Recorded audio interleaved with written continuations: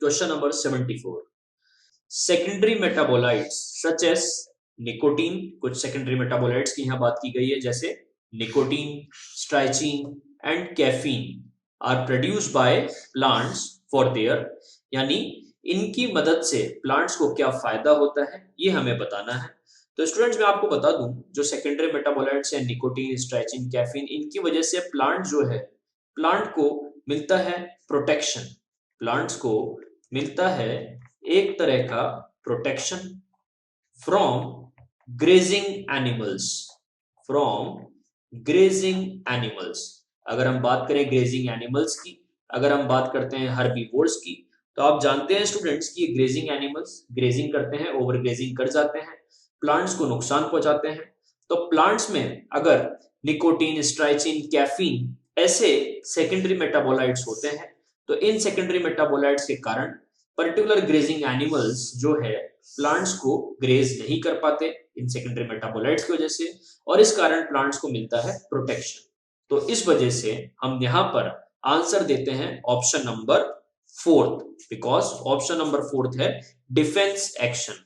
और student same line NCERT में भी मेंशन की गई है, एनसीईआरटी में भी मेंशन की गई है कि अगर हम बात करते हैं इन सेकेंडरी मेटाबोलाइट्स की, तो ये secondary metabolites defence action provide कराते हैं, डिफेंस अगेंस्ट, डिफेंस प्रोवाइड कराते हैं फ्रॉम ग्रेजिंग एनिमल्स। सो 74 का आंसर जाएगा option number fourth, that is defence action. Question number 75 is presence of which of the following conditions in urine are indicative of diabetes mellitus? Means कौन से पदार्थ की urine में उपस्थिति की दशा ये इंडिकेट करती है कि पर्सन को डायबिटीज मेलाइटस है।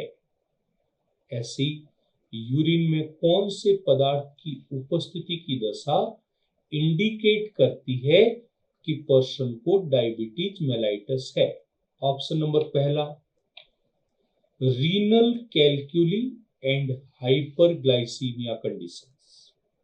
Option number 2 uraemia and ketonuria conditions.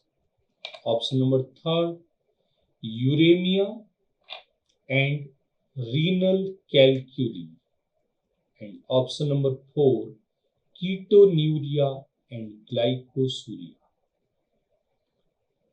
बच्चों ये क्वेश्चन अपने एनसीईआरटी के ह्यूमन फिजियोलॉजी में से elimination of nitrogenous waste means excretory system से लिया गया है।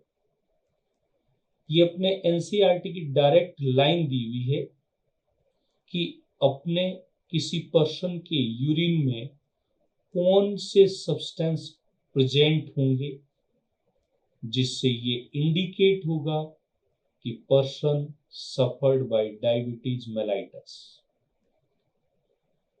नाउ अपने एनसीईआरटी के अंदर आंसर दिया हुआ है कि यूरिन में कीटोन बॉडीज एंड ग्लूकोज की प्रेजेंस ये इंडिकेट करती है, यूरिन एनालिसिस से ये इंडिकेट होता है कि पर्सन डायबिटीज मेलाइटस से सफर्ड। अगर उसके यूरिन के अंदर ketone bodies and glucose present होता है तो। अब देखते हैं डायबिटीज मेलाइटस एक्चुअली क्यों होता है। Because of the decrease level of insulin. अगर किसी पर्सन में प्रोलॉन्ग कंडीशन में इंसुलिन का लेवल डिक्रीज रहता है, हाइपोसीक्रेशन होता है इंसुलिन का, तो पर्सन को डायबिटीज मेलाइटस डिजीज हो जाती है। अब इसमें इंसुलिन के लेवल के डिक्रीज होने से फर्स्ट ऑफ ऑल ग्लूकोज का सेल में अपटेक कम हो जाता है, जिससे blood glucose level increases. This condition is called as hyperglycemia. क्या बोलते हैं, हाइपरग्लाइसीमिया। तो पर्सन को प्रोलॉन्ग कंडीशन में हाइपरग्लाइसीमिया की कंडीशन बन जाती है, ब्लड में ग्लूकोज का लेवल बढ़ जाता है। जब ग्लूकोज का लेवल बढ़ा हुआ होता है तो अपना किडनी ग्लूकोज का कंप्लीट एब्जॉर्प्शन नहीं कर पाती है और ग्लूकोज का कुछ पार्ट ग्लोमेरुलर फिल्ट्रेट से एब्जॉर्ब नहीं हो पाता है और यूरिन के साथ में ग्लूकोज एलिमिनेट होने लगता है। जब यूरिन के साथ ग्लूकोज एलिमिनेट होता है तो condition is called as glycosuria. क्या बोलते हैं, ग्लाइकोसूरिया। अब ग्लाइकोसूरिया की कंडीशंस आ जाती है तो डायबिटीज मेलाइटस पर्सन के अंदर हमेशा ग्लाइकोसूरिया की कंडीशन आती है। साथ में देखो, जब सेल में ग्लूकोज का अपटेक नहीं हो पाता है प्रॉपरली तो सेल के अंदर फैट ऑक्सीडेशन स्टार्ट होता है और फैट के इनकम्प्लीट ऑक्सीडेशन से कीटोन बॉडीज का फॉर्मेशन होता है। ये कीटोन बॉडीज ब्लड के थ्रू किडनी में आते हैं और किडनी उन्हें यूरिन के साथ बाहर एलिमिनेट करती है। It means ketone bodies eliminates with urine होने लगता है। This condition is called as ketonuria. It means diabetes mellitus के पेशेंट्स के अंदर यूरिन के साथ ग्लूकोज भी एलिमिनेट होता है, मींस ग्लाइकोसूरिया की कंडीशन, और साथ में कीटोन बॉडीज भी एलिमिनेट होते हैं, मींस कीटोन्यूरिया की कंडीशंस आती है। साथ में पर्सन में पॉलीफेजिया की कंडीशंस देखी जाती है और पॉलीडिप्सिया की कंडीशन भी आती है। Polyphagia means hunger, quick hunger की फीलिंग होना, और पॉलीडिप्सिया मींस उसको बार बार प्यास लगना, थर्स्ट फील होना। ये सारे सिम्टम्स डायबिटीज मेलाइटस के। इट मींस अगर किसी पेशेंट का यूरिन एनालिसिस किया जाता है और उस यूरिन के अंदर ग्लूकोज की प्रेजेंस होती है, मींस ग्लाइकोसूरिया की कंडीशन, साथ में कीटोन बॉडीज प्रेजेंट होता है यूरिन के अंदर, मींस कीटोन्यूरिया की कंडीशन है, तो ये इंडिकेट करता है कि पेशेंट डायबिटीज मेलाइटस से सफर्ड है। इट मींस इस क्वेश्चन का अगर करेक्ट आंसर देखते हैं तो अपना करेक्ट आंसर हो गया ketonuria and glycosuria condition always indicates the diabetes mellitus. Okay, ये तो हो गया आंसर। अब देखते हैं कि first option renal calculi and hyperglycaemia, ये ऑप्शन गलत होगा। ये ऑप्शन गलत इसलिए है क्योंकि रीनल कैलक्यूली के अंदर डिपोजिशन ऑफ कैल्शियम सॉल्ट होता है, बट डायबिटीज मेलाइटस में कैल्शियम सॉल्ट से कोई रिलेशन नहीं। क्लियर? सो ये ऑप्शन गलत।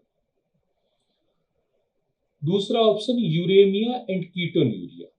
यस, कीटोन्यूरिया की कंडीशन देखी जाती है बट यूरेमिया की कंडीशन इस डायबिटीज मेलाइटस के अंदर नहीं होती। यूरेमिया मींस यूरिया की कंसंट्रेशन का ब्लड के अंदर इंक्रीज हो जाना। इंसुलिन का रिलेशन यूरिया के साथ में नहीं है, इसलिए ये ऑप्शन भी अपना रॉन्ग होगा। Third option uremia and renal calculi. Renal calculi is also wrong and uremia is also wrong. So third option is incorrect. While option number 4 is correct. Presence of ketone body and presence of glucose, that means ketonuria and glycosuria respectively, indicates the diabetes mellitus. Dear students, NEET UG biology का question number 76 solve करते हैं। Question number 76 is which of the following statements are true for the phylum Chordata. Statement A, in Urochordata, notochord extends from head to tail and it is present throughout their life. Statement B, in Vertebrata, notochord is present during the embryonic period only. Statement C, central nervous system is dorsal and hollow. And statement D, chordata is divided into 3 subphyla. First number hemichordata, second number tunicata and third number cephalochordata. 4 option दिए हुए हैं, इनमें से select करना है, correct option select करना है जिसमें ट्रू स्टेटमेंट गिवन हो।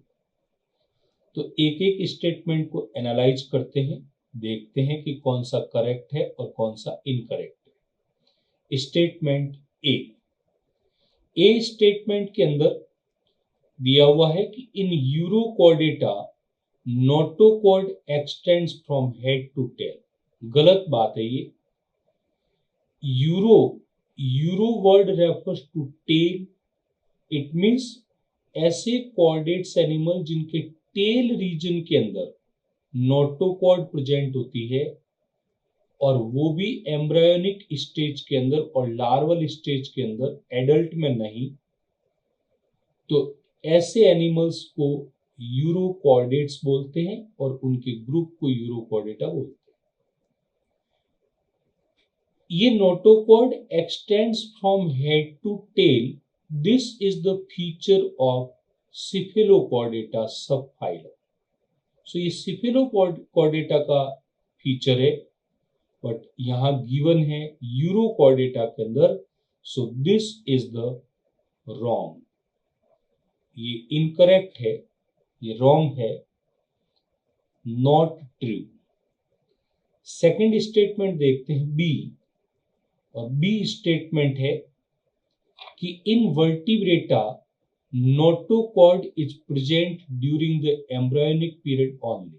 Yes, it is the correct statement, exactly correct. Because जितने भी vertebrates है उनके एम्ब्रायोनिक स्टेज के अंदर, एम्ब्रायोनिक डेवलपमेंट के टाइम में नोटोकॉर्ड प्रेजेंट होती है, बट जैसे जैसे डेवलपमेंट होता है ये नोटोकॉर्ड रिप्लेस्ड हो जाती है वर्टिब्रल कॉलम के अंदर। सो एडल्ट के अंदर वर्टिब्रल कॉलम मिलता है और एम्ब्रायोनिक स्टेज के अंदर, एम्ब्रायोनिक पीरियड के अंदर वो नोटोकॉर्ड प्रेजेंट होती है। It means this statement is correct about the Chordata. Next statement number third देखते हैं। थर्ड स्टेटमेंट है central nervous system is dorsal and hollow. Yes, exactly correct. Central nervous system के अंदर दो पार्ट आते हैं, ब्रेन एंड स्पाइनल कॉर्ड। ये actual में स्पाइनल कॉर्ड जो होता है वो नर्व कॉर्ड से बनता है। तो सेंट्रल नर्वस सिस्टम का पार्ट है brain and nerve cord. Nerve cord chordates animal के अंदर डॉर्सल होता है, हॉलो होता है और साथ में नर्व कॉर्ड हमेशा सिंगल होता है। वाइल नॉन कॉर्डेट्स एनिमल के अंदर सेंट्रल नर्वस सिस्टम का पार्ट नर्व कॉर्ड वेंट्रल होता है, साथ में सॉलिड होता है एंड डबल होता है। सो ये डिफरेंस है। सो कॉर्डेटा के एनिमल्स के अंदर सेंट्रल नर्वस सिस्टम का nerve cord part always dorsal and hollow. So it is absolutely correct. अब स्टेटमेंट नंबर फोर्थ को देखते हैं।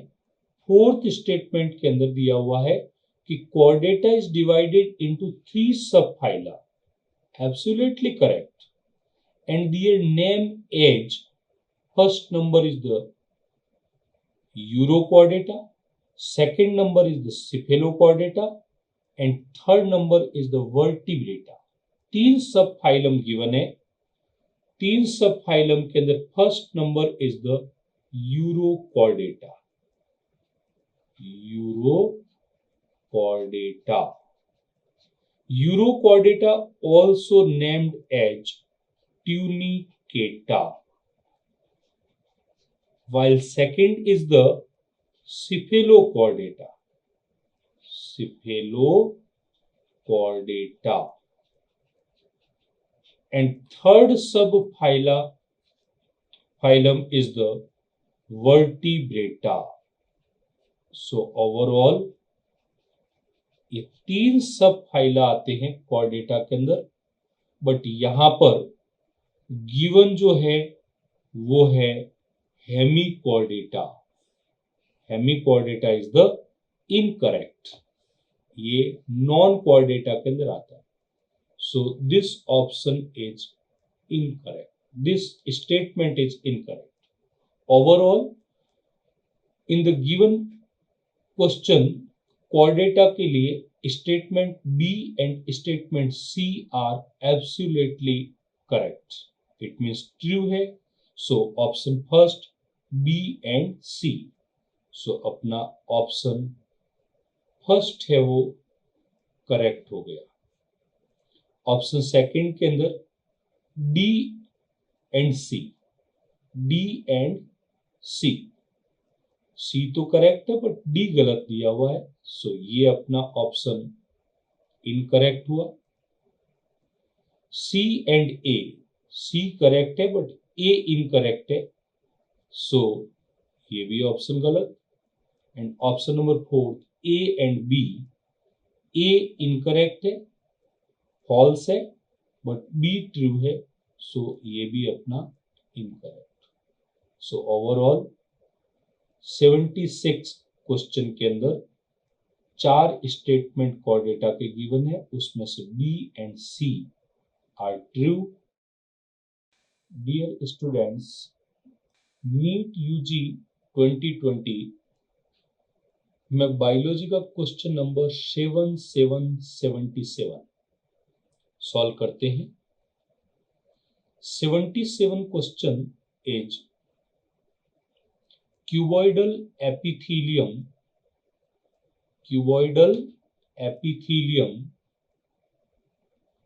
with brush border of microvilli is found in option number first eustachian tube, option number second lining of intestine, option number third duct of salivary glands, and option number 4 proximal convoluted tubule of nephron।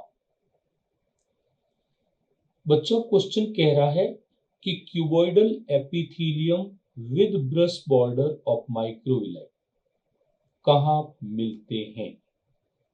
Means cuboidal epithelium जिस पर microvilli present है, means brush border cuboidal epithelium कहां पर मिलते हैं। पहला option Eustachian tube में मिलते हैं, ऑप्शन दूसरा दिया हुआ है लाइनिंग ऑफ इंटेस्टाइन, आंत्र की दीवार के अस्तर के अंदर मिलते हैं, या सैलाइवरी ग्लैंड्स के डक्ट में मिलते हैं, या समीपस्थ कुंडलित नलिका या proximal convoluted tubules of nephron की वॉल में मिलते हैं। देखते हैं one by one. Cuboidal epithelium with brush border और माइक्रोविलाई, और माइक्रोविलाई का फंक्शन होता है increase the absorptive surface area. क्या फंक्शन है? इंक्रीज एब्जॉर्प्टिव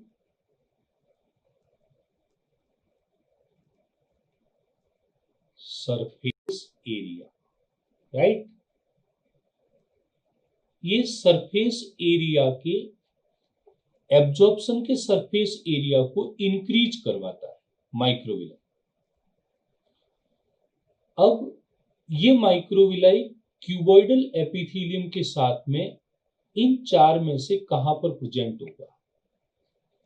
तो एब्जॉर्प्शन का फंक्शन मींस यूजफुल सब्सटेंस को एब्जॉर्ब करने का फंक्शन यहां पर कौन से पार्ट में होगा? तो याद कीजिए बच्चों, एक्चुअल में अपना नेफ्रॉन के अंदर यूरिन फॉर्मेशन होता है और नेफ्रॉन के डिफरेंट पार्ट को देखें तो first of all this is the Bowman capsule, right. इस बोमेन कैप्सूल के अंदर ये ग्लोमेरुलस प्रेजेंट होता है। ग्लोमेरुलस बनता किससे है? एफरेंट आर्टेरियोल एंटर करता है, then efferent arteriole leaves out होता है। सो ये है एफरेंट आर्टेरियोल और ये है एफरेंट आर्टेरियोल। ओके, नाउ यहां से ये स्टार्ट होता है PCT, okay, proximal convoluted tubules, then Henle loop आता है, loop of Henle,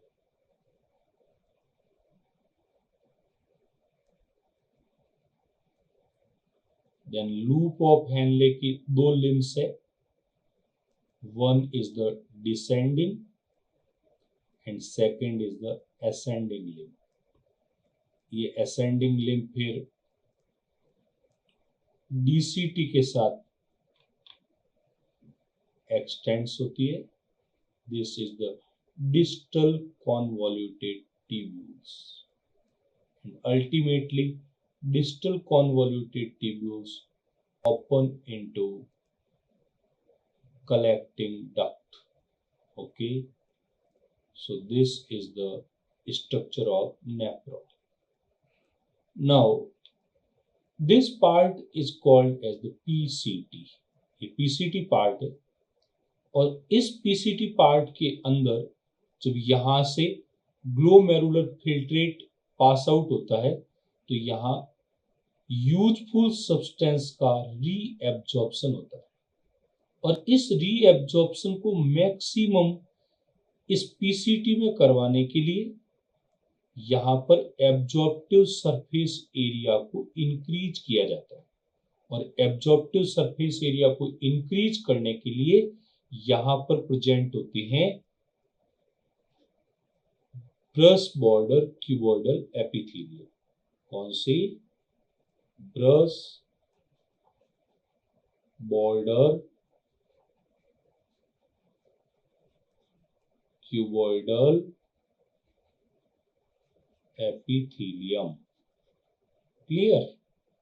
So brush border cuboidal epithelium present in the wall of PCT, proximal convoluted tubules of the nephron। So अपना answer कौन सा हुआ? Fourth option is the correct. कि cuboidal epithelium with brush border of microvilli is found in proximal convoluted tubules of the nephron, okay।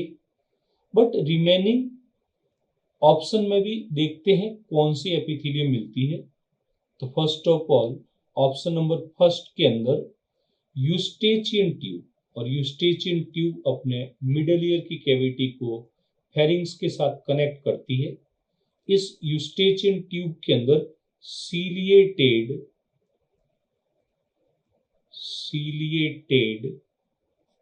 columnar epithelium present होती है, okay. Second number lining of intestine, small intestine and large intestine. Intestine की lining simple columnar epithelium से बनी हुई होती है। किससे? Simple columnar epithelium, okay। While duct of salivary glands, और salivary glands हो चाहे other glands like sweat gland हो, mammary glands हो, glands की duct and duct of salivary gland is made up by stratified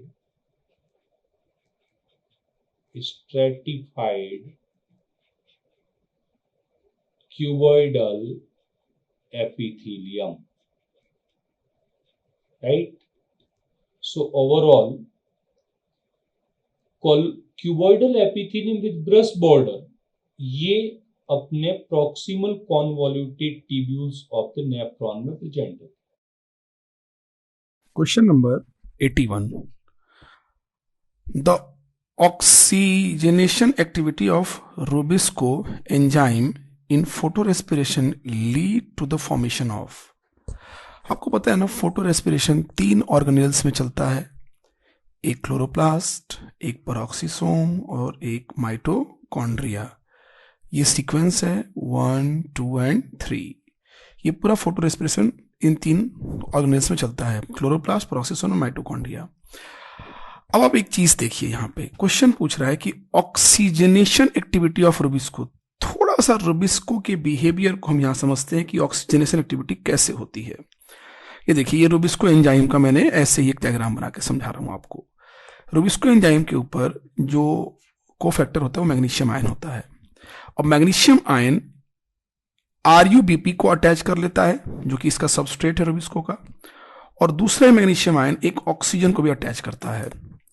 अब अगर ये ऑक्सीजन O2 वाला है तो अब ये क्या करेगा कि ये यहां पे जाके अटैक करेगा, ये इस पर्टिकुलर 3 और 4 वाले कार्बन के बीच में बॉन्ड को. जब ये अटैक करेगा तो अब आप देखिए 2 कंपाउंड साफ साफ बन रहे हैं. एक कंपाउंड 3 कार्बन कंपाउंड बन रहा है और एक बन रहा है 2 कार्बन कंपाउंड. अब आप देखिए, रुबिस्को के साथ जब ऑक्सीजन अटैच होगा तो आरयूबीपी को रुबिस्को 2 कंपाउंड्स में तोड़ रहा है, एक 3 कार्बन लॉन्ग कंपाउंड, एक 2 carbon long compound. 3 carbon long compound को कहते हैं 3-फॉस्फोग्लिसरिक एसिड और 2 कार्बन कंपाउंड को कहते हैं 2-फॉस्फोग्लिसरिक एसिड. अब यही 2 कार्बन कंपाउंड फॉस्फोग्लिसरिक एसिड ये आगे इस रिएक्शन में प्रोसीड कर रहा है और ये आगे जाके इस पूरे साइकिल को रेगुलेट करता है. तो आप ध्यान दीजिए कि इसीलिए बोलते हैं कि फोटो रेस्पिरेशन का जो सबस्ट्रेट होता है वो 2 कार्बन कंपाउंड होता है और इसमें 3 कार्बन कंपाउंड भी बनता है. तो अब आप अपने ऑप्शंस में देख लीजिए कि अगर रुबिस्को के साथ ऑक्सीजन जुड़ता है तो क्या क्या कर सकता है. 1 मॉलिक्यूल ऑफ 4 कार्बन कंपाउंड, आप देखिए इस पूरे डायग्राम में कहीं ऐसा नहीं दिख रहा है. दूसरा ऑप्शन है 2 मॉलिक्यूल्स ऑफ 3 कार्बन कंपाउंड, ये भी बिल्कुल नहीं पॉसिबल है क्योंकि 5 कार्बन आरयूबीपी होता है, तो 3 कार्बन का 2 मॉलिक्यूल नहीं बन सकता है. तीसरा ऑप्शन है कि 1 मॉलिक्यूल ऑफ 3 कार्बन कंपाउंड, ये बन सकता है. पर चौथे ऑप्शन को भी देख लेते हैं, 1 मॉलिक्यूल ऑफ 6 कार्बन कंपाउंड, ये पॉसिबल ही नहीं है क्योंकि रुबिस्को का सबस्ट्रेट ही आरयूबीपी है. तो बेहतरीन आंसर हमारे पास क्या जा रहा है, third one, 1 molecule of 3 carbon compound, that is 3-phosphoglyceric acid. Dear students, NEET UG 2020 biology का question number 82, question number 8282.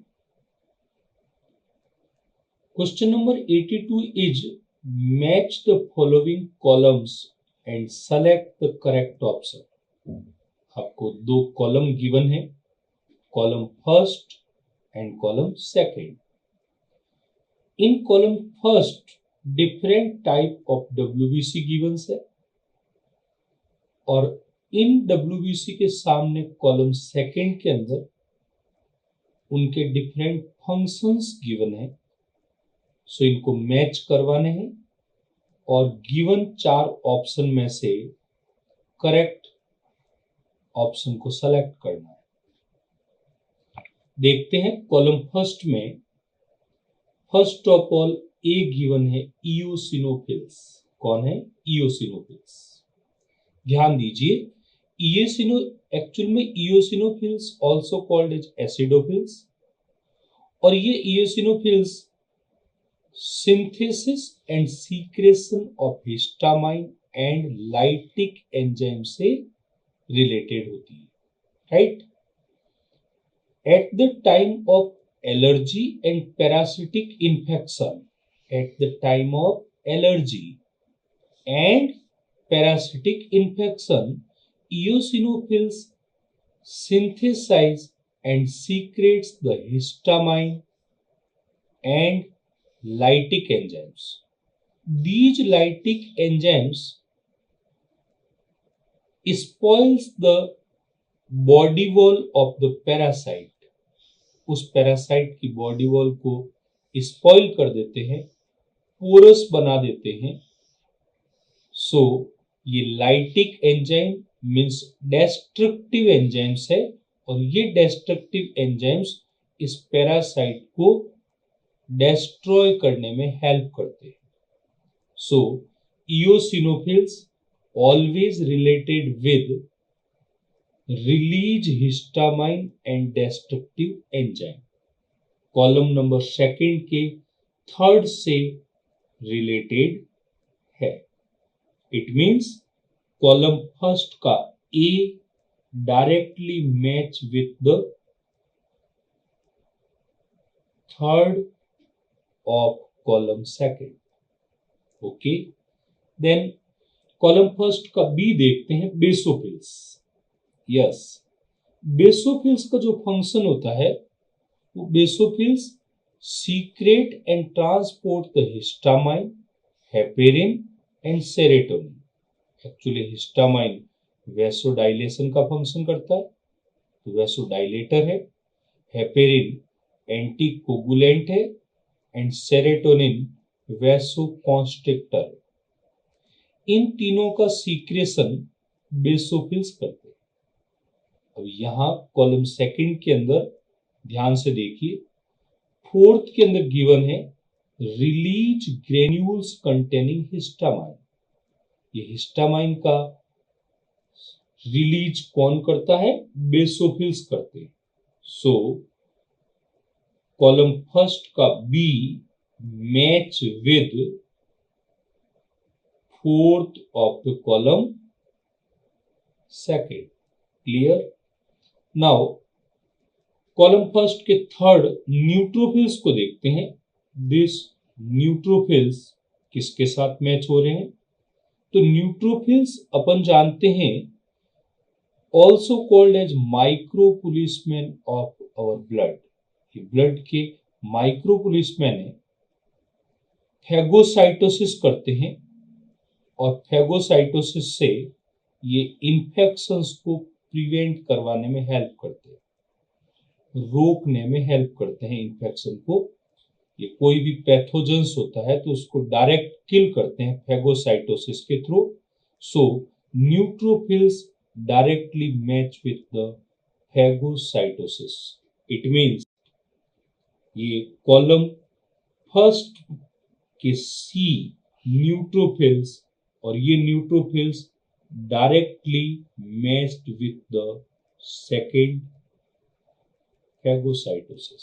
Okay, then उसके बाद में last lymphocytes. And lymphocytes are of two type, B lymphocyte and T lymphocyte. Both lymphocyte concern with increase of our immunity. अपने immunity को increase करता है. So lymphocytes are directly matched with immune response. It means column first का D and first का D lymphocytes directly match with immune response of column second. Overall in options में से अपन select करते हैं correct option को. तो option number first को देखते हैं. फर्स्ट के अंदर ए को सेकंड के साथ मैच करवाया हुआ है, जबकि exactly A match with the third. Same B को फर्स्ट के साथ में, तो बी को मैच करवाया हुआ फोर्थ के साथ, सो ये गलत. सी थर्ड के साथ में, सी थर्ड के साथ में नहीं है. एक्चुअल में सी सेकंड के साथ मैच है, सो ये भी गलत.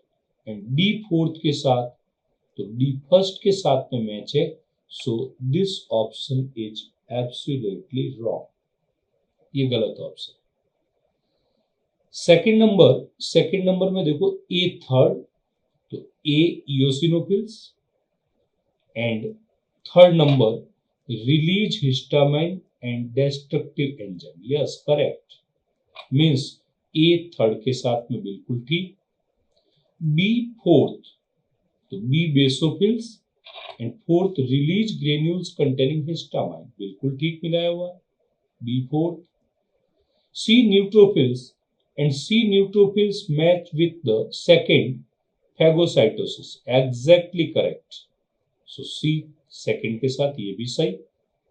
and D lymphocytes match with the immune response, D first के साथ, it means A second के साथ, B fourth के साथ, C second के साथ and D first के साथ, it is our correct answer. Okay, while third में देखते हैं, थर्ड में ए फोर्थ के साथ में मैच है और ए फोर्थ के साथ मैच नहीं हो रहा है, इसलिए ए ऑप्शन भी, अब थर्ड ऑप्शन भी अपना गलत।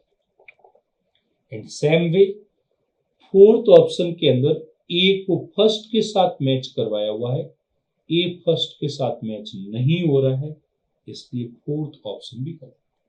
ओवरऑल अपना correct answer is second. Question number 83. Which of the following hormone label will cause release of ovum ovulation from the Graafian follicle? तो इसमें दो तीन बातें हैं जो हमें समझना है। Release of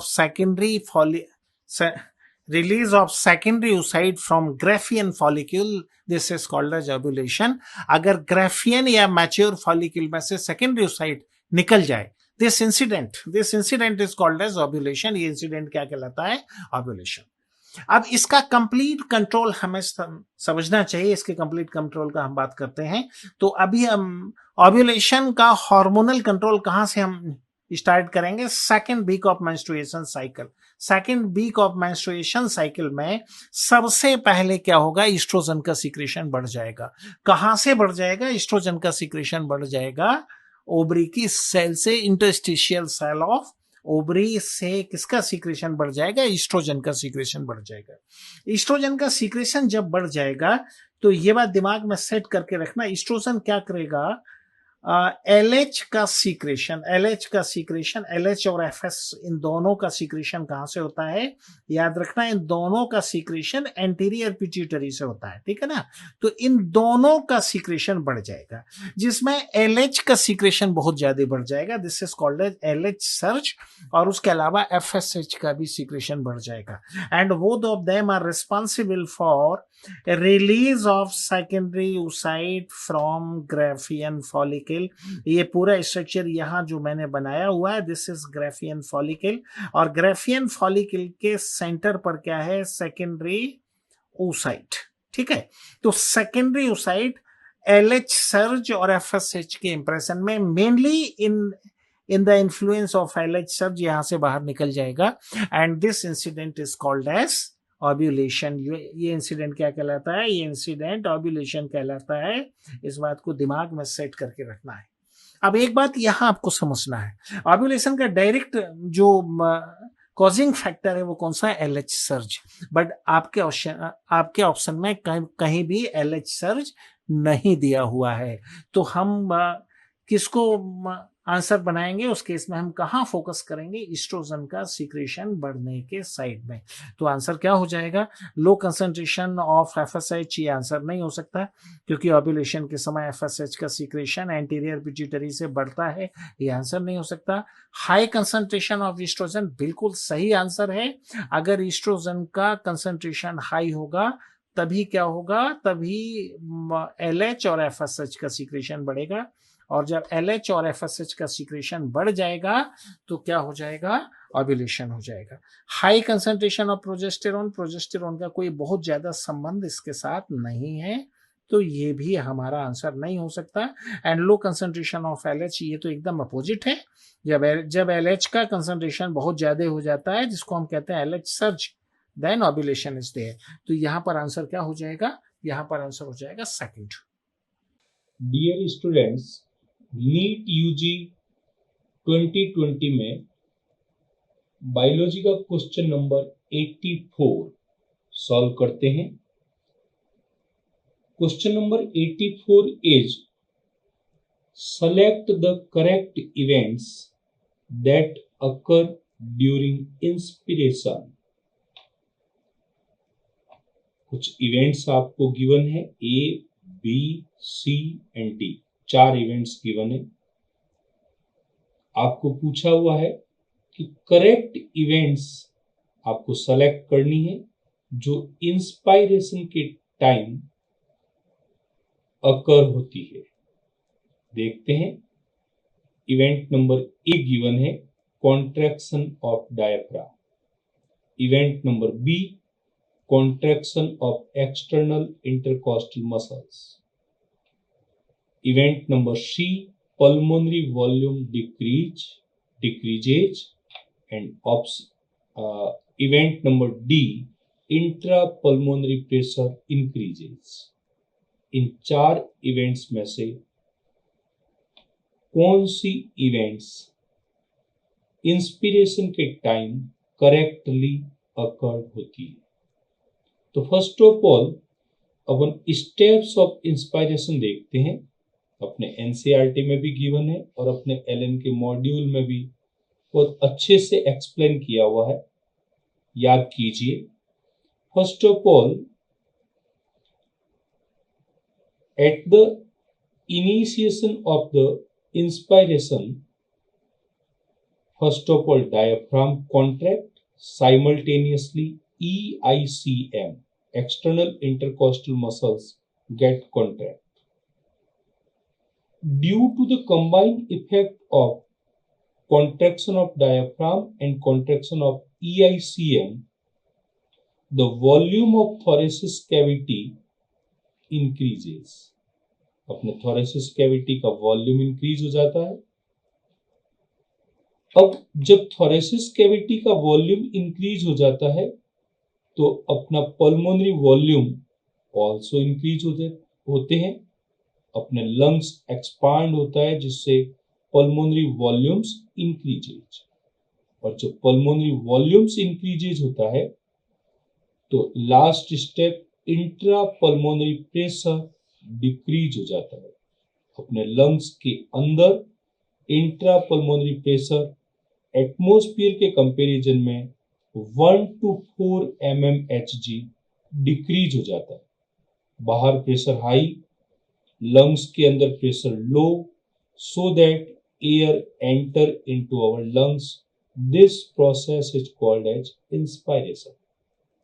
it means inspiration के अंदर first number contraction of diaphragm होता है, contraction of external intercostal muscles बिल्कुल होती है। दोनों के कॉन्ट्रैक्शन से पल्मोनरी वॉल्यूम्स डिक्रीज हो जाता है? नहीं, पल्मोनरी वॉल्यूम्स हमेशा इंक्रीज होता है। तो इट मीन्स ये सी इवेंट जो गिवन है, ये सी इवेंट गलत है। ओके, नाउ डी इवेंट को भी देख लेते हैं। डी इवेंट में लिखा हुआ है intra pulmonary pressure increases, while अपन पढ़ चुके हैं एनसीईआरटी के अकॉर्डिंग, अपने एलएन के मॉड्यूल के according intra pulmonary pressure decrease होता है। कितना डिक्रीज होता है? 1 to 4 mmHg। इट मीन्स यहां पर गिवन है intra pulmonary pressure increase, while inspiration के time intra pulmonary pressure decrease होता है। So it is also incorrect. Overall inspiration के time event number A and event number B given है, वो correct है। और इनमें से ऑप्शन देखते हैं, A and B are correct. given in option number 2. So option number 2 is the correct answer of question number 84. Question number 85. Question number 85. In which of the following technique the embryo are transferred to assist those female who cannot conceive? अब 2-3 बातें इसमें जानने का है. Conceive करना possible नहीं है. इसका मतलब क्या हुआ? इसका मतलब oogenesis उसमें होता है. oogenesis is there, means capacity for formation of ovum is found but capacity of fertilization is not found. ठीक है, तो हम किसका ट्रांसफर कर रहे हैं? या दूसरी बात जो हमें ध्यान देना, हम एम्ब्रियो का ट्रांसफर कर रहे हैं, हम गैमीट का ट्रांसफर यहां पर नहीं कर रहे हैं. एम्ब्रियो का मतलब क्या होता है? एम्ब्रियो का मतलब 5 type of phases are collectively called as embryo: zygote, morula,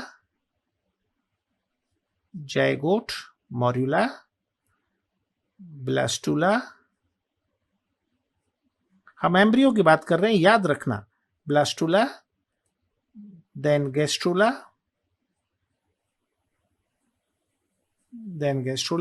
and finally neurula. मतलब हम इनमें से किसी का ट्रांसफर कर रहे हैं, और जो इनएबिलिटी है वो किस साइड में है? फीमेल साइड में. ये 2 बातें इस क्वेश्चन का आंसर देते हुए आपको याद रखना है. GIFT मींस गैमीट इंट्राफैलोपियन ट्रांसफर. हमने पहले ही बात कर लिया कि हम किसका ट्रांसफर कर रहे हैं? एम्ब्रियो का ट्रांसफर कर रहे हैं, गैमीट का ट्रांसफर नहीं कर रहे हैं, तो ये आंसर नहीं हो सकता. दूसरा, ICSC intracellular sperm insemination, male side में इनएबिलिटी नहीं है, तो ये आंसर भी नहीं हो सकता. ZIFT zygote intrafallopian transfer, you have to keep in your brain. Zygote हमने बात किया, zygote is first phase of embryo. And IUT intrauterine transfer, यहां हम किसका करते हैं? दोनों केस में हम किसका करते हैं? एम्ब्रियो का करते हैं. थोड़ा ये डायग्राम समझने का प्रयास करते हैं. This is diagram for female genital tract. This part is called as fallopian tube and this part is called as uterus. देखो, ये जो लेफ्ट साइड में जो हमने डायग्राम बनाया, embryo less than 8 cell stage. अगर 8 सेल से कम का स्टेज है, मतलब अभी मॉर्यूला का फॉर्मेशन नहीं हुआ है, जाइगोट है, जाइगोट से आगे का फेस है, क्लीवेज स्टार्ट हो चुका है लेकिन मॉर्यूला का फॉर्मेशन नहीं हुआ है, या मॉर्यूला का फॉर्मेशन हुआ है. In case of human being, more than 8 cell stage is considered as morula. ठीक है, तो उस केस में एम्ब्रियो को हम कहां लेकर जाएंगे? उस केस में एम्ब्रियो को हम शिफ्ट करेंगे. कहां पर शिफ्ट करेंगे? फैलोपियन ट्यूब में. And this is called as zygote intrafallopian transfer. अगर 8 सेल से ज्यादा का स्टेज है, याद रखना, इस बात को यहां पर ध्यान देंगे, अगर 8 सेल से ज्यादा का फेस है, देन उसका ट्रांसफर हम कहां करेंगे? उस केस में हम ट्रांसफर करेंगे यूटेरस में. This is called as intrauterine transfer. तो ये दोनों ऑप्शन करेक्ट हो जाते हैं. हमारी दोनों कंडीशन, मतलब हमें क्या ट्रांसफर करना है? एम्ब्रियो का transfer of embryo as well as disability in female side is there according to this question. तो ये दोनों कंडीशन यहां फुलफिल हो जाता है, तो हमारा आंसर ये हो जाएगा. अगर मेल साइड में इनएबिलिटी होता तो ICSI करेक्ट हो सकता था, बट क्वेश्चन में मेल साइड का इनएबिलिटी नहीं है. Could you follow my point? Third option में फिर से आ जाता है GIFT मींस अगेन गैमीट, तो ये भी नहीं हो सकता. और थर्ड वाला again ICSC and again ICSI is there, intracellular sperm insemination, तो ये भी हमारा आंसर नहीं हो सकता. तो क्वेश्चन का आंसर क्या हो जाएगा? क्वेश्चन का आंसर हो जाएगा second. Question number 86. Now we are discussing about question number 86. The infectious stage of Plasmodium that enter the human body is. Plasmodium is malarial parasite, you have to keep in your brain, and this is member of protozoan protist. This is malarial parasite. Earlier it was the member of phylum Protozoa. It was the first phylum of kingdom Animalia. This is malarial parasite responsible for 4 type of malaria. You have to keep in your brain. ठीक है, and this is digenetic this is diagenetic endoparasite you have to keep in your brain. This is diagenetic endoparasite you have to keep in your brain. Diagenetic malarial parasite, and this is diagenetic endoparasite you have to keep in your brain. Diagenetic endoparasite का मतलब क्या होता है? इसका दो host है, human being as well as anopheles. In body of human being asexual reproduction will be there. ठीक है ना? ह्यूमन बीइंग की बॉडी में कैसा रिप्रोडक्शन होगा? एसेक्सुअल रिप्रोडक्शन होगा, और उससे क्या बनेगा? Mail and female gametocyte. ये मेल एंड फीमेल गैमेटोसाइट कहां एंटर करेगा? This is infectious for mosquito. Mosquito की बॉडी में एंटर करेगा, वहां पर सेक्सुअल रिप्रोडक्शन करेगा, और सेक्सुअल रिप्रोडक्शन से क्या बनाएगा? Sporozoite. And this sporozoite will be enter in body of human being. You have to keep in your brain. So you have to keep in your brain, male and female gametocyte are infectious phase for female anopheles, while sporozoite is infectious phase for human being. Getting my point? तो अब हमारे question का answer क्या हो जाता है, हमें समझ लेना है. मेल गैमेटोसाइट किसकी बॉडी में एंटर करता है? एनाफ्लीस की बॉडी में एंटर करता है. किसकी बॉडी को एंटर करता है? ये एनाफ्लीस की बॉडी को एंटर करता है. तो ये हमारे क्वेश्चन का आंसर नहीं हो सकता. ठीक है, तो ये जो आंसर है, ये मेल गैमेटोसाइट वाला जो ऑप्शन है, ये कैसे हो जाता है? ये ऑप्शन गलत हो जाता है. ट्रोफोजॉइट, ये भी गलत है. Trophozoite is adult phase which is found in body of human being, and sporozoite is correct answer. Diagram में आप देखो, in body of human being क्या एंटर कर रहा है? स्पोरोजॉइट एंटर कर रहा है. Then correct answer is sporozoite. And as far as question of female gametocyte is there, again female gametocyte is infectious for female Anopheles mosquito, so it can't be answered. Question number 87. Question number 87. Match the following column and select the correct option you have to keep in your brain. सबसे पहले ये दो diagram हम लोग देख लें. ये testis का डायग्राम है, टेस्टिस का यूनिट. अगर मैं टेस्टिस का यूनिट की बात करूं तो टेस्टिस का यूनिट क्या होता है? Seminiferous tubule. These are the unit of testis. और सेमेनिफेरस ट्यूब्यूल के बीच में क्या होता है? Leydig cell. और लीडिक सेल किसका सीक्रेशन करता है? एंड्रोजन, मतलब टेस्टोस्टेरोन का सीक्रेशन करता है. पहली बात तो ये दिमाग में सेट करके चलना है. Do you follow my point? किसका सीक्रेशन करता है? ये लीडिक सेल का सीक्रेशन करता है. इसका मतलब डी जो हमारा ऑप्शन है, डी का आंसर क्या होगा? एंड्रोजन होगा. डी का आंसर क्या होगा? एंड्रोजन होगा. तो अगर तो जो है, अगर मैं केवल डी की बात करूं, तो एंड्रोजन फर्स्ट ऑप्शन में, डी में फर्स्ट ऑप्शन में आता है और फोर्थ ऑप्शन में आता है. इसका मतलब ये दोनों आंसर नहीं हो सकते. इनके बारे में हमें सोचने की जरूरत नहीं है.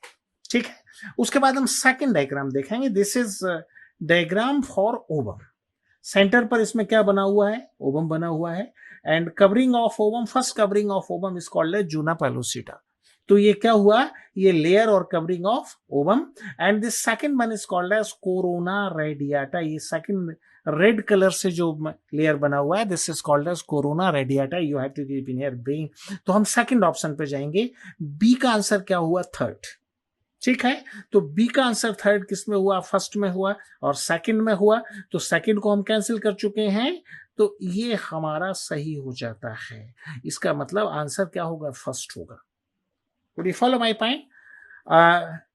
As far as question of this bulbourethral gland, it is male part.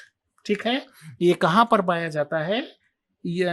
Urethra के ऊपर पाया जाता है और क्या करता है? लुब्रिकेशन ऑफ पेनिस का कार्य करता है.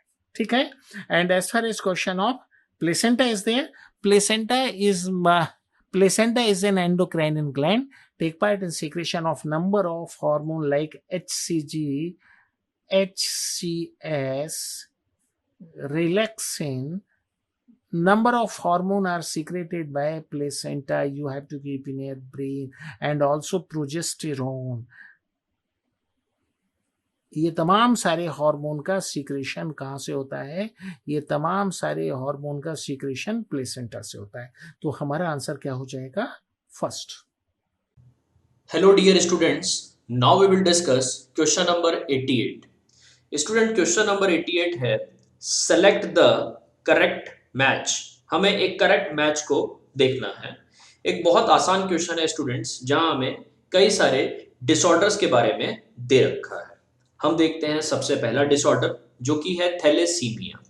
थैलेसीमिया को यहां दे रखा है एक्स लिंक्ड, जो कि बिल्कुल गलत है, क्योंकि स्टूडेंट्स थैलेसीमिया होता है ऑटोसोमल रिसेसिव, तो ये ऑटोसोमल रिसेसिव है, एक्स लिंक नहीं है।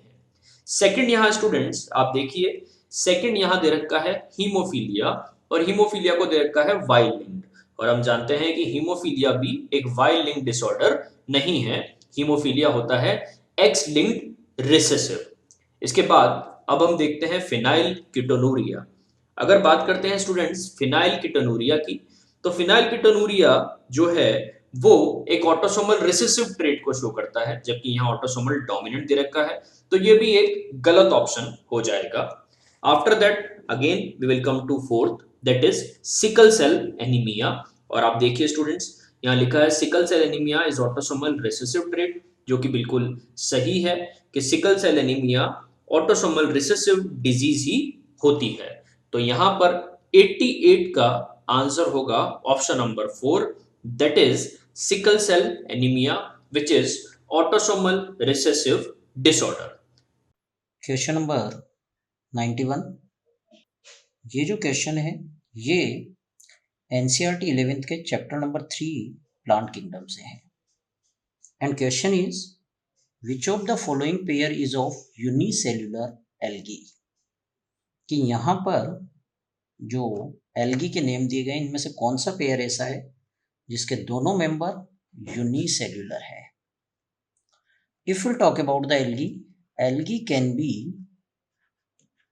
यूनिसेल्युलर, एल्गी यूनिसेल्युलर भी हो सकते हैं, माइक्रोस्कोपिक भी हो सकते हैं। For example chlorella, for example spirulina, for example Chlamydomonas.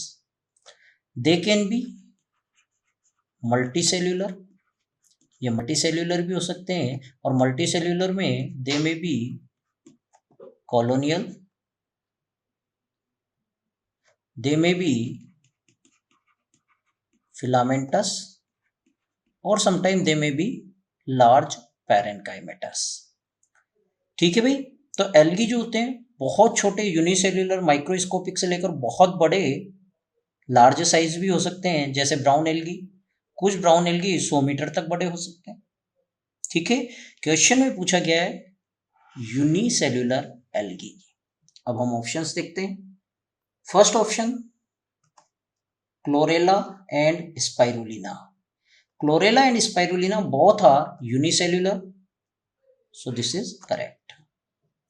Second is laminaria and sargassum. Laminaria and sargassum both are brown algae, they are very large in size, both are multicellular, so this is wrong.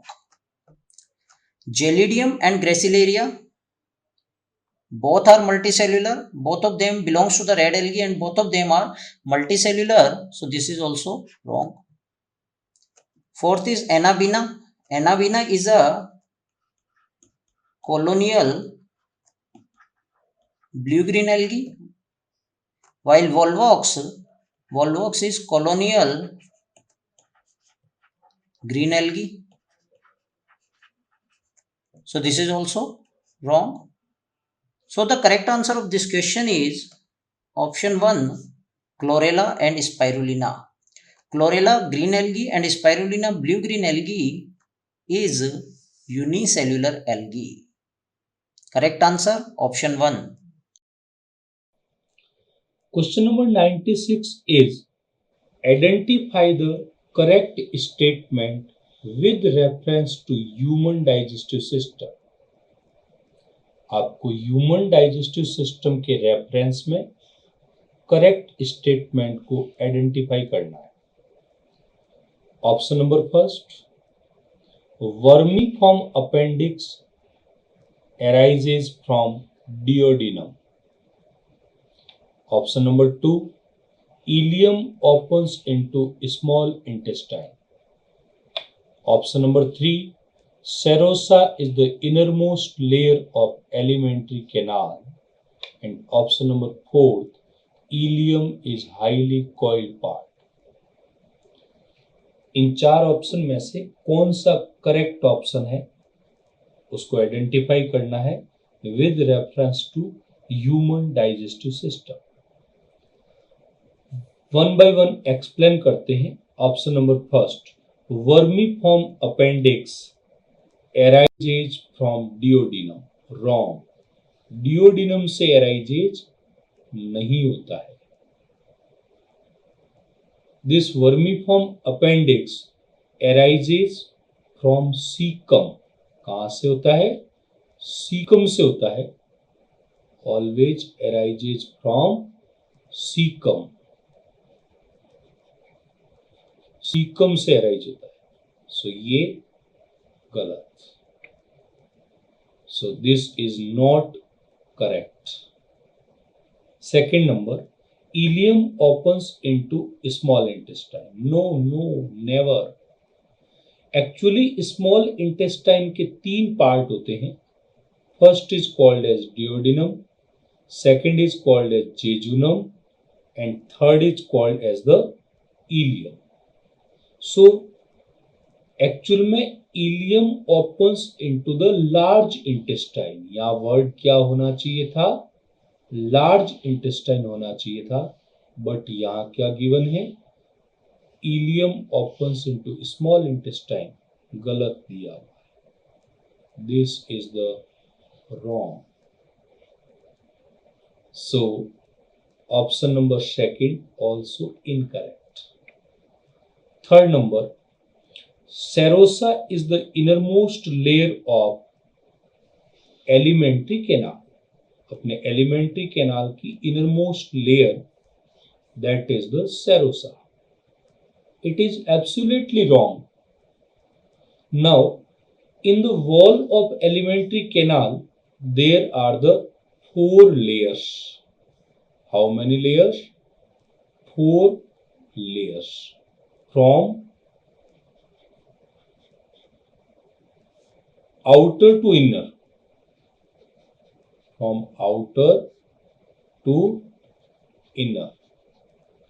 First layer is called as serosa, second is called as muscularis layer, third is called as submucosa, and fourth is called as mucosa। So innermost layer is the mucosa। This is the innermost layer। But आपको third option के अंदर given है, third option में serosa is the innermost layer. Serosa is the innermost layer. So that is the wrong. Serosa innermost layer नहीं है। So option number third also incorrect. And last option number 4, ilium is highly coiled part. Yes, ilium is highly coiled part of small intestine.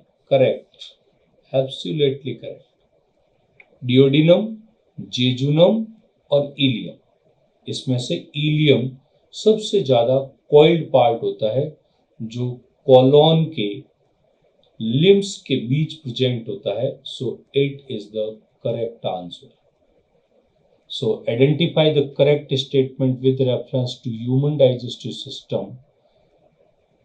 उनमें से given option में से fourth option correctly identified. Okay. Question number 98, associated from hormonal disorder. Match the following column and select the correct option. Pituitary gland hormone. Pituitary gland cause diabetes insipidus. Pituitary gland cause diabetes insipidus. Due to the hyposecretion of ADH. अगर ADH और vasopressin का hyposecretion है तो diuresis या diabetes insipidus हो जाता है, जिसमें क्या होता है, यूरिन का वॉल्यूम बढ़ जाता है, उसका डाइल्यूशन हो जाता है और वो टेस्टलेस हो जाता है। This is called as diabetes insipidus cause due to hyposecretion of ADH of posterior pituitary. अब इस क्वेश्चन की मैं बात करूं तो इस क्वेश्चन में ए का करेक्ट आंसर क्या होता है, थर्ड। तो हम केवल इसी ऑप्शन पर जाते हैं। तो ए में थर्ड ऑप्शन थर्ड में भी है और फोर्थ में भी है। इसका मतलब इन दोनों में से कोई एक आंसर होगा, बट फर्स्ट और सेकंड आंसर नहीं होंगे। As far as question of thyroid gland is there, thyroid gland associated from Graves' disease or exophthalmic goiter, which is due to hypersecretion of thyroxine. You have to keep in your brain, hypersecretion मतलब इसका ज्यादा secretion होगा, किसका होगा, hypersecretion of thyroxine. You have to keep in your brain. अगर thyroxine hormone का ज्यादा secretion होता है तो ये कंडीशन क्या कहलाती है, एक्सॉप्थैल्मिक गोइटर। ठीक है, सेकंड का आंसर क्या हो जाएगा, फर्स्ट। तो सेकंड का आंसर फर्स्ट, थर्ड और फोर्थ में से कुल मिलाकर फोर्थ में होता है। तो इस क्वेश्चन का आंसर क्या होगा, इस क्वेश्चन का आंसर फोर्थ होगा। ऐसे क्वेश्चन में जब भी आपको मैचिंग करना हो तो पहले मैचिंग से आंसर सर्च करना आपको शुरू करना है। As far as question of adrenal gland is there, adrenal gland अगर डैमेज हो जाए, कौन सा, एड्रिनल कॉर्टेक्स, अगर इसका डैमेज होगा तो क्या होगा, एडिसन डिसीज। अगर इसका डैमेज होगा तो क्या होगा, एडिसन डिसीज। तो ये इसका आंसर फोर्थ हो जाता है। और पैंक्रियास का हार्मोन कौन सा है, इंसुलिन, जिससे एसोसिएटेड डिसीज कौन सा है, diabetes mellitus, and this is due to hyposecretion of insulin. तो क्वेश्चन का आंसर क्या हो जाता है, क्वेश्चन का आंसर आपको याद रखना है, क्वेश्चन का आंसर हो जाता है फोर्थ।